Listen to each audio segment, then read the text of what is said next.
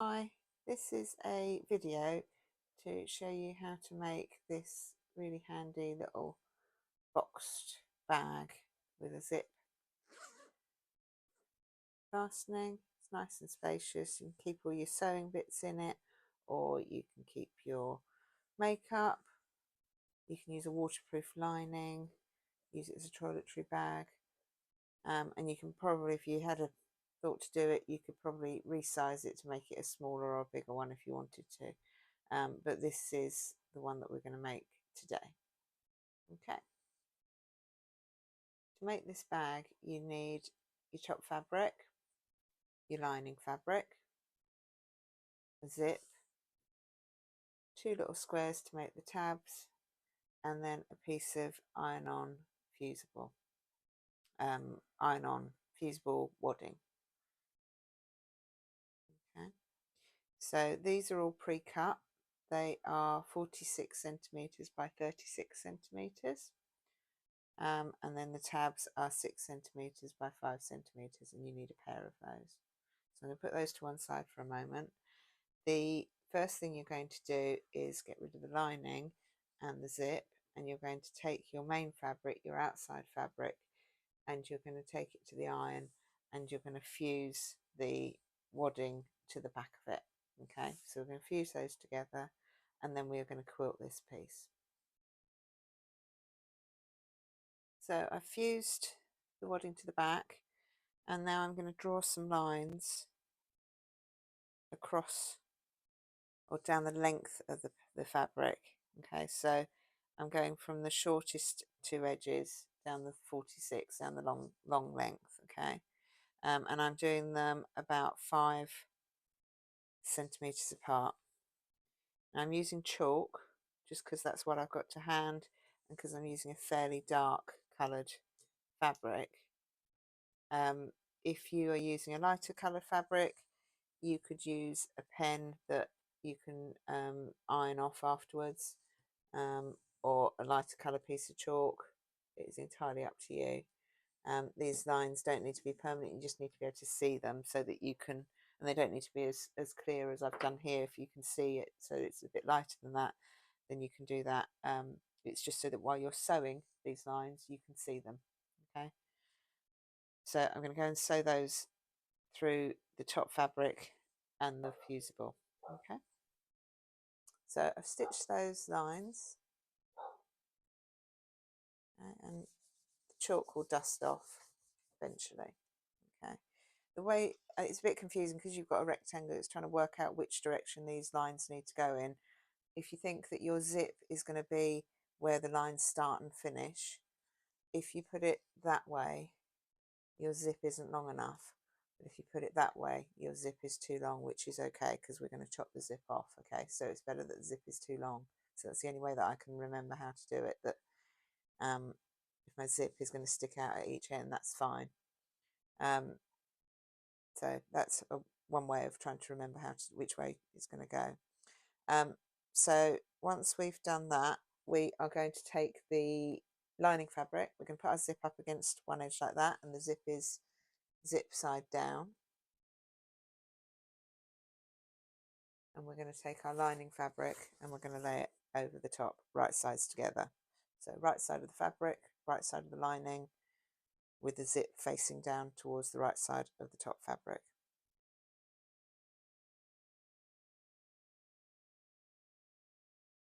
And like I just said, we're going to put the zip so that it sticks out on either end. Okay, so we're going to lay that up like that, and then we're going to pin those all together.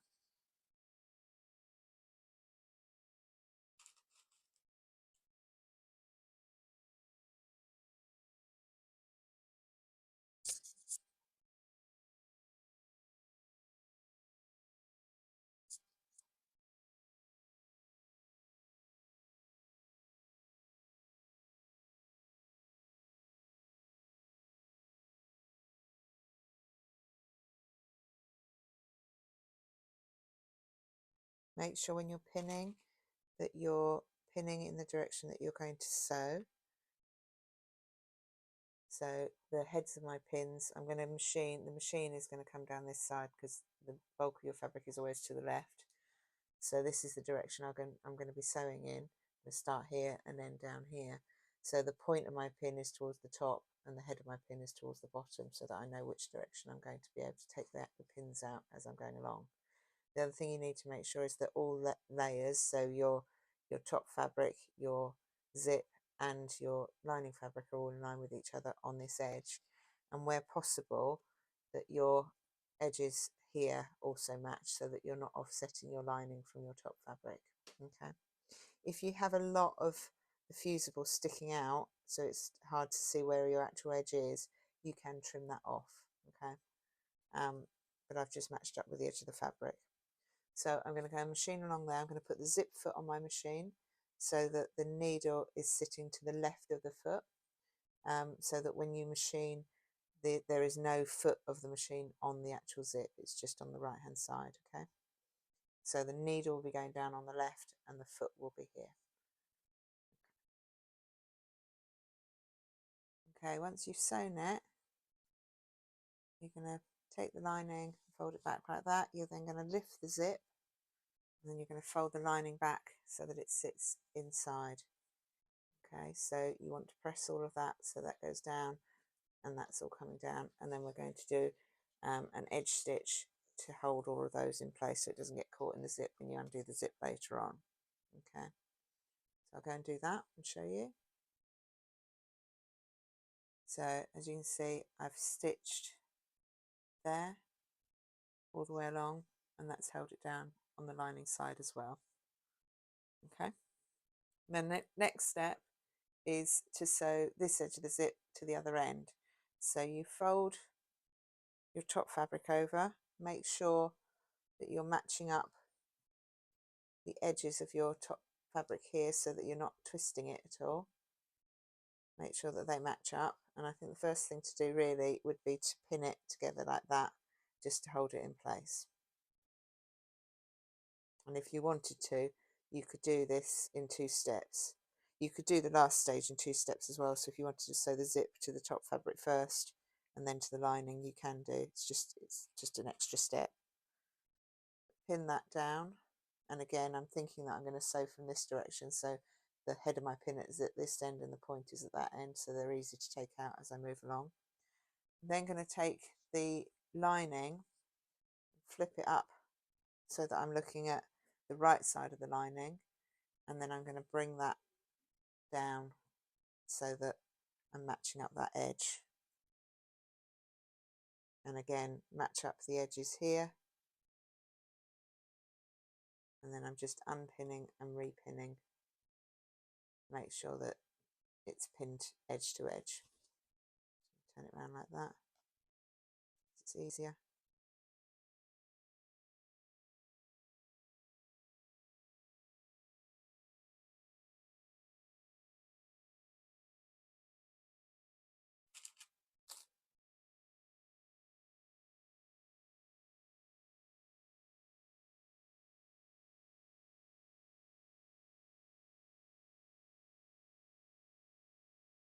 Okay, and then what you'll have is you'll have a inside out lining and an inside out top fabric, which are pinned together, encasing the zip. So the zip is sitting in between those 2 layers, and then I'm going to machine down there and then top stitch it as I did on the other side. I'll show you what I mean in a moment. So I've machined down that edge. I'm now going to open the zip, and then that will give me a big tube which is half lining and half top fabric. What you need to do is find the bit that you've just sewn,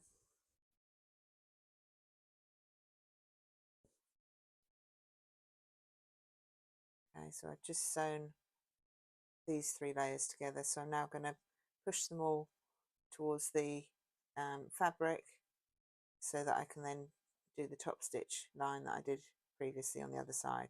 So I'm going to go and do that for you, and then I'll show you the next part of the construction. So I've just top stitched that edge. So I've now got a tube, a line tube with a zip. Okay. So the next step is to work out where our boxed corners need to be. Okay. So I'm going to fold this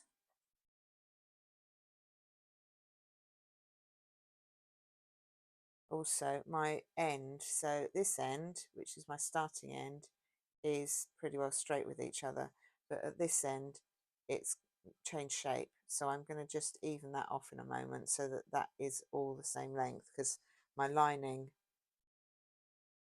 is not aligned either, if you can see. So if that happens to you, don't go mad with cutting loads off, but you can trim it to make sure that it is even all the way along. But when you do that, just make sure that you get all your layers nice and flat. Okay, what you might find, like I've got, is that my lining is ever so slightly bigger than my top fabric, which is a little bit irritating, but it is what it is. So we're just going to trim that to make sure that that is a nice straight line. Okay. The reason it happens, if that's what you're just thinking, is because I know with this my lining is a lot lighter weight than my top fabric, and because we've additionally we've then put the fusible wadding onto the top fabric, it's made it even stronger, and the lining has just stretched out, and I'm guessing that's the same as why this end has changed shape. Also, it might be that I just miscut it, I didn't cut it quite straight, not sure. But we will tidy that up in a moment. Okay, before I cut this down though, what I want to do is make sure I secure the end of my zip. So I'm going to take my tabs, and like I say, they're 6 centimeters by 5 centimeters, but they can be square, so they can be 5 centimeters square if you want to. And I've folded them so that the two edges meet. Okay, this is the 6 centimeter going this way.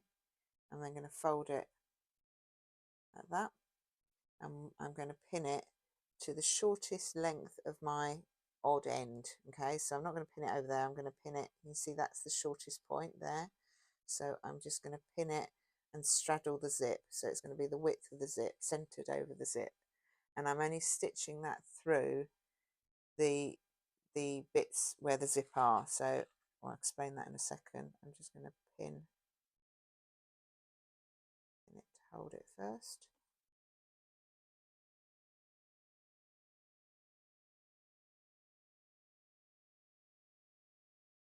Okay. So it's being pinned through all that layer, but not this layer. That's what I was trying to meaning, because it's laying on top of each other. I don't want you to sew through everything. It's just sewing through that area there. Okay, and I'm just going to go forward and back. I think what I'll do is just start there and go forward and go back on myself. It's just to hold it in place. It's not. It's like a holding stitch. It's like tacking. Okay, and I'm going to do the same at this end, but I'm going to make sure that my zip is open before I do it. Okay, so I'm going to put that like that.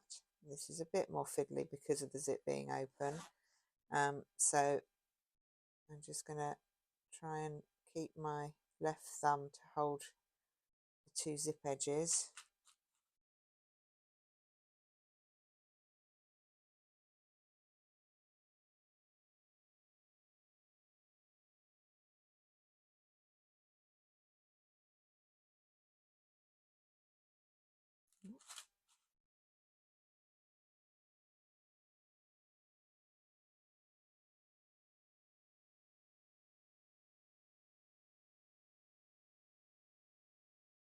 There we go.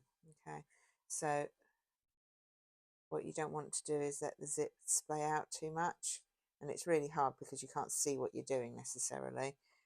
So have a look at it from the other side, just to try and keep those together. So when I sew it, I'm going to sew it from the other side. When I sew it, I'm going to try and control these two ends to make sure that they stay together. Okay, we don't want it to open out like that, or we don't want it crossing over either. We want it to make sure that it stays as straight as possible. Okay, so I'm going to sew those, and then I'm going to trim off that end to tidy it up. So there we go, they're stitched on. We can zip it all the way along. So that's why you need to make sure your zip is open, so that afterwards you can actually use the zipper. If you have the zip closed and the zipper is beyond that tab, you won't be able to get to the zipper bit. Okay. So yeah, so those tabs are sewn on, so I'm just going to tidy up this end. There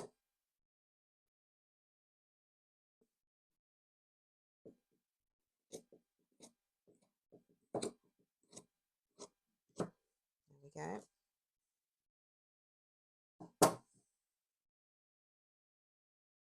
And we can trim off those ends of that zip now as well. Okay.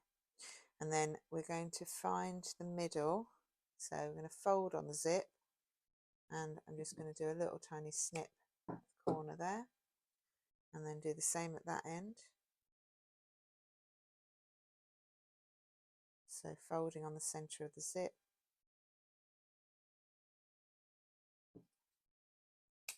Trim a little corner off there, and then I'm going to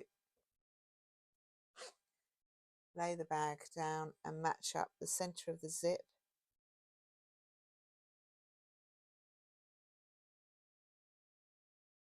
So I'm matching up the two lining bits, or the lining bit with the outside at the bottom, and then centering that zip over that.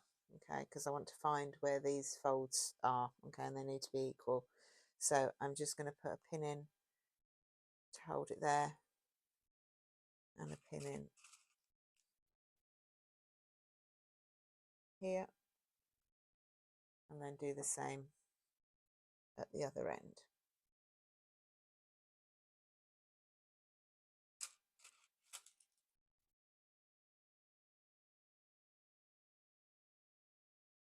And I'm pinning nearer the zip than the fold, because I'm going to chop out these corners, so I don't want my pins to be in the way of that. Also, when it's laying like that, you want to just make sure that it's flat and it's not twisting at all. Okay, so this fold and this fold are laying nice and flat, which they are.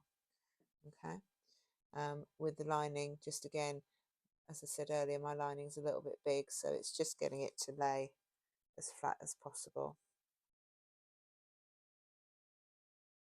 Okay, so the next step is we're going to cut out some corners so that we can create some boxed corners. So we're going to measure up from the fold 4 centimeters, and then across 5 centimeters. From the fold 4 centimeters and across 5 centimeters. You can use whatever you want to mark it. You can use chalk or a pencil. Just a normal pen will be fine. It's entirely up to you, because you're gonna cut this out. It's whatever you can see what that will actually work for you. So my chalk is just too chunky and it's not showing up properly, so I'm going to use a pen. So 4 centimeters from the fold and 5 centimeters from the cut edge.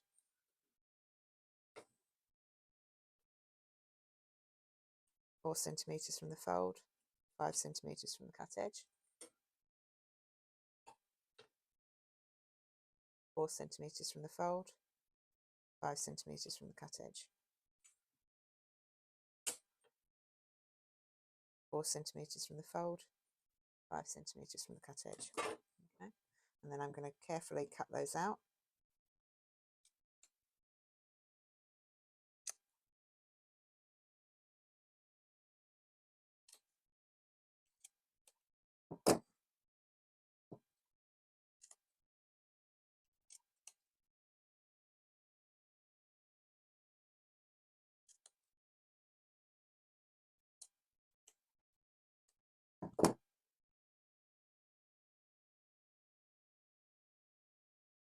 Okay, so we can take those pins out now.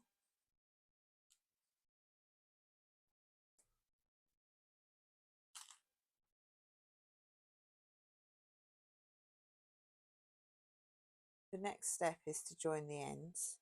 So you're going to turn it so that it's inside out. So I'm going between the lining at the bottom and the top fabric, and I'm going to turn it through. So I'm now looking at the inside of the top fabric, and then I've got the inside, or the lining is inside as well, inside out as well. And I'm going to right sides together of my top fabric, which is the zip bit, and the bottom of the bag, which is joined to the lining, which I'm then going to lay on top, and we're going to pin those together, and we're going to stitch through all 4 layers. And it will be more than 4 layers in the middle because you're going through your zip and the tab. Okay, just make sure that it's all sitting nice and central. So pin those together, and then you're going to machine along there. Put your normal foot back on if you haven't already, because we were doing zips, so you need your normal foot. And then pin that end as well. And again, I'm pinning it so that you can use clips if you want to use clips, or you can pin in that direction if you're not sure which way you're going to sew, or you can pin it so that the point of the pin is to the left, because you're going to machine down like that. So we're going to machine that end and that end all together, and then I'll show you the next step. So stitch the ends. Now I'm going to go through, this is where I probably should have left my zip open, which I have, luckily. We're going to go through one of the holes, and you're going to, it's up to you, actually you can probably do it from this side. So pull everything through. This is a bit fiddly. Find a bit and just start pulling it through. Be careful not to stretch that hole that you're coming through though as you're doing it. That's the trick. Well, it's not the trick, it's the most important thing, that you don't stretch that too much. You shouldn't do, but just so you've got that in mind. But you're going to pull it all through, and hopefully, if I've told you the right thing, then we should have some ends which are finished.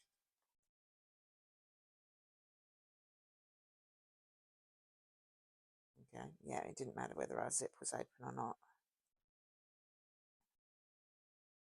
So we now have, I do open that zip, we have the end here finished, and it means that we've got the linings. There's no raw edges showing on the inside at that end, and the same at that end.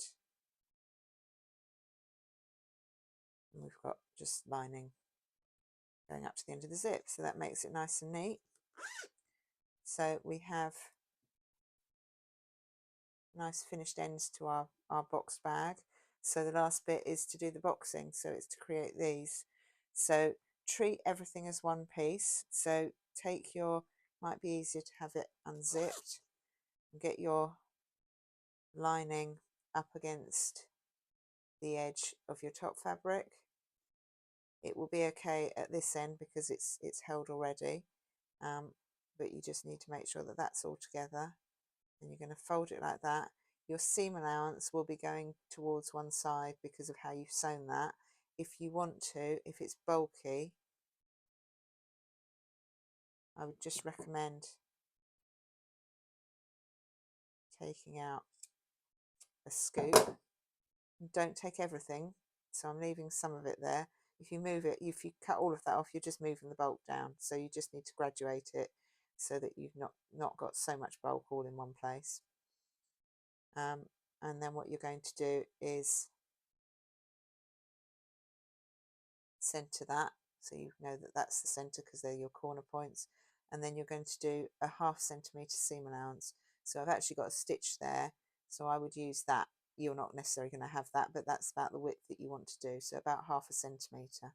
So you pin it all together, and I would pin it sideways because you might find that it's easier to go in on the other side or something. I don't know until I do it, I'm not sure. I'll probably do that, but I might want to do that. Okay, so pin that, and then you can do exactly the same with your other 4 corners. So just graduate that. So you've got 2 thick layers, So I'm just going to reduce down that middle thick layer, and I'm just taking a scoop. So I've still got some at the end. It's roughly where some of my stitches are going to be. So I'm going to just reduce how much thickness is on that corner, and then lay it all out nice and flat. Pin it, and then you're going to stitch it, and you can do that to the other two corners as well. And you're going to just use 1/2 centimetre seam allowance. So I'll go and do that, and then I'll show you what it looks. So it should look like this, and I know you're thinking, well, Mrs. B, all my raw edges are on the outside. That can't be right. It is right. That's what you want it to look like, because you're going to French seam it. So that it's the easiest way to make sure that your lining is nice and secure, and that you're hiding all your raw edges. So you're then going to turn the bag inside out, and where you've got those box corners, make sure at this point, make sure that you haven't got any raw edges sticking out here. If you have, go back in and just stitch it again, just a little bit further in, just to make sure, or unpick it and re-stitch it, just to make sure there's no raw edges showing here.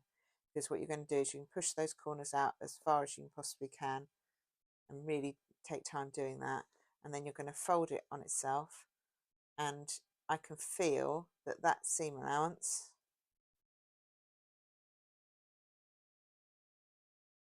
I make sure that is on that seam is on the edge, that the seam allowance is here. So I'm going to take it about one more stitch over, millimetre over, and I'm going to machine down there, and then that will enclose all of that on the outside. So before you do that, you might want to just trim this ever so slightly down. Make sure you've got no fray bits sticking out anywhere. Make sure it's nice and clean and tidy and even on the outside, and then don't trim it too close, but you just want to get it maybe a little bit closer if you think it's a little bit far away, it's sticking out, it's a bit thick. Okay, but really important to make sure that you trim off any fray bits.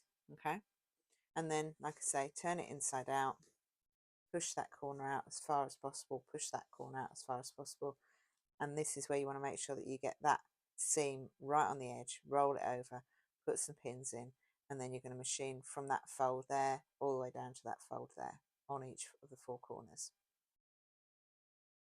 So from the inside it should now look like this. So you've got nice French seamed finished edges, no raw edges sticking out. You might have a few little threads sticking out which you can trim off, but you now have 4 corners all beautifully boxed, all beautifully finished, and then you can turn it right way out, pushing those corners as you go, and you end up with a beautifully quilted, boxed, cornered, and nice zip up bag.